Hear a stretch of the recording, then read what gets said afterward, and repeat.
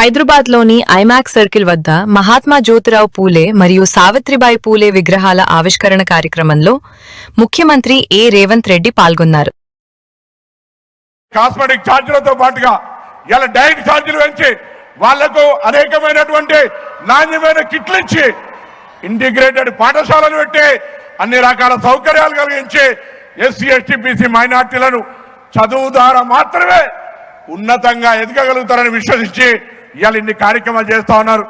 BC కులగణన జరిగింది, Kamareddy declaration ఉంది, వేదిక మీద ఉన్నటువంటి అనేక కార్పొరేషన్లు ఉన్నాయి. ఇంతమంది పెద్దలు చెప్పినట్టుగా గౌరవ ఉప ముఖ్యమంత్రి గారు ఆర్థికంగా ఆత్మగౌరవ భవనాలకు నిధులను కేటాయించినారు.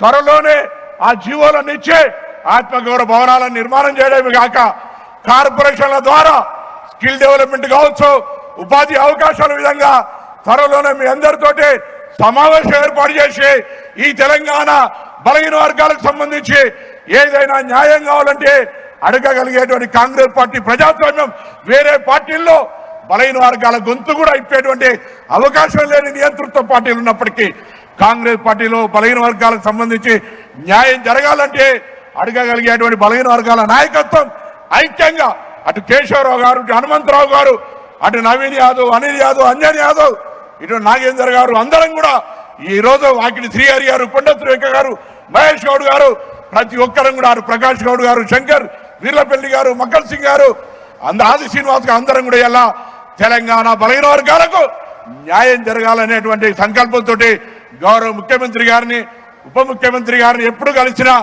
బలహీన వర్గాల సంక్షేమానికి ఎటువంటి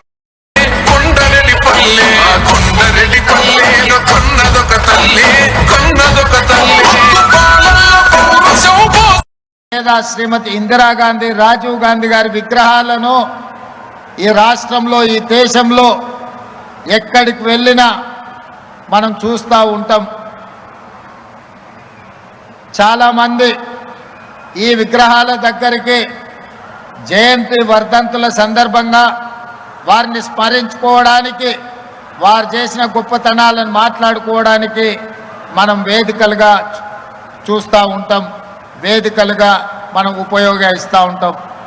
కానీ మిత్రులారా, ఇక్కడున్న యువ మిత్రులు, ముఖ్యంగా మా చదువుకుంటున్న తమ్ముళ్ళు చెల్లెళ్ళు ఈనాడు స్ఫూర్తిగా తీసుకోవలసింది, ఎక్కడైతే ప్రజా కూడలి ఉందో అది గ్రామంలో కావచ్చు, పట్టణంలో కావచ్చు, నగరంలో కావచ్చు, లేదా ఈరోజు హైదరాబాదు నగర నడిబొడ్డున నక్లెస్ రోడ్డులో కావచ్చు, ఒక పక్కన అంబేద్కర్, మరొక పక్కన జ్యోతిబా పూలే, చౌరస్తాలో శ్రీమతి ఇందిరాగాంధీ గారు, ఆ పక్కన పివి నరసింహారావు గారి విగ్రహాలను మనం ఆవిష్కరించుకున్నాం. మీరు ఎంత భాగస్వామ్యం మీకు ఇవ్వాలో లెక్కలు తేల్చి ఈరోజు కేంద్ర ప్రభుత్వానికి సవాలు విసిరిన ప్రభుత్వం తెలంగాణ రాష్ట్రంలో ఉంది. మీ రేవంత్ అన్నగా నేను మీకోసం చేసి పెట్టిన ఈరోజు ఫిబ్రవరి 2024 నాడు మొదలుపెట్టి ఫిబ్రవరి 2025 నాటికి సంవత్సరం తిరిగే లోపల లెక్కలు మొత్తం లెక్క పెట్టి ఫిబ్రవరి 4ను సామాజిక సోషల్ జస్టిస్ డేగా ఈరోజు తెలంగాణ రాష్ట్ర ప్రభుత్వం జరుపుకుంటుంది.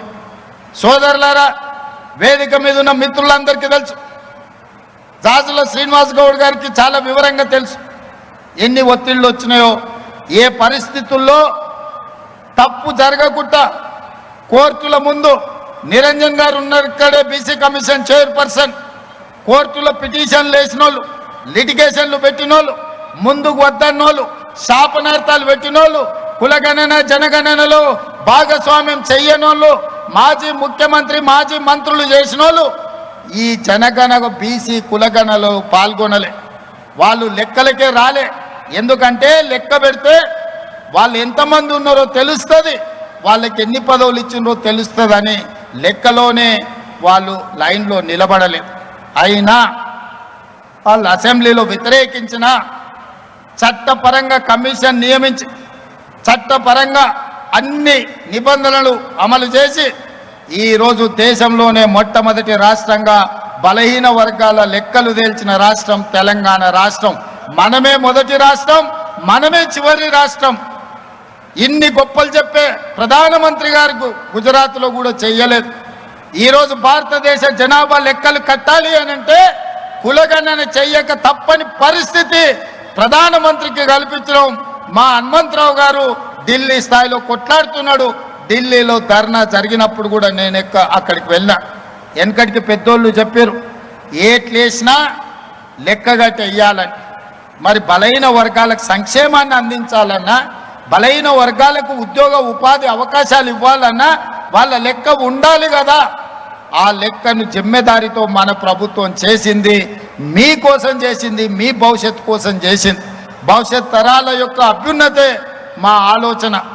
ఇవాళ సామాజిక చైతన్యానికి అవసరమైన ప్రతి నిర్ణయాన్ని ఎస్సీ వర్గీకరణ కావచ్చు, బీసీ కులగణన కావచ్చు, ఈ రకంగా ప్రతి సమస్యను ఒకటొకటిగా పరిష్కరించుకుంటూ పోతున్నాం. మిత్రులారా, ఆనాడు ప్రభుత్వం మీరు చూసి ఉండొచ్చు. ఆనాటి ప్రభుత్వం నినాదం ఏంది? బర్రెలు గొర్రెలు పెంచుకోండి, చేపలు పట్టుకోండి, చెప్పులు కుట్టుకోండి అని చెప్పి బలహీన వర్గాలను దళితులకు కులవృత్తి చేసుకోండి అని చెప్పింది. ఆనాడు ప్రభుత్వం పెద్ద పెద్ద ప్రకటనలు ఇచ్చింది. మా మిత్రుడు శ్రీహరి ఉన్నాడు, చేపలు పట్టుకోండి అని ముదిరాజులకు మా బెస్త సోదరులకు చెప్పారు. గొర్రెలు బర్రెలు పెంచుకోండి అని మా యాదవ్ సోదరులకు చెప్పిండ్రు. మా సోదరులు, మా దళిత సోదరులకు చెప్పులు కుట్టుకోమని చెప్పిండు. ఎందుకయ్యా అంటే మీరు గొర్రెలు బర్రెలు పెంచుకొని, మీరు చేపలు పట్టుకొని, మీరు చెప్పులు కుట్టుకుంటుంటే వాళ్ళ పిల్లలు మాత్రం రాజ్యాలు ఏలాలని వాళ్ళ ఆలోచన. మీరు చదువుకుంటే, మీరు డాక్టర్లు ఇంజనీర్లు అయితే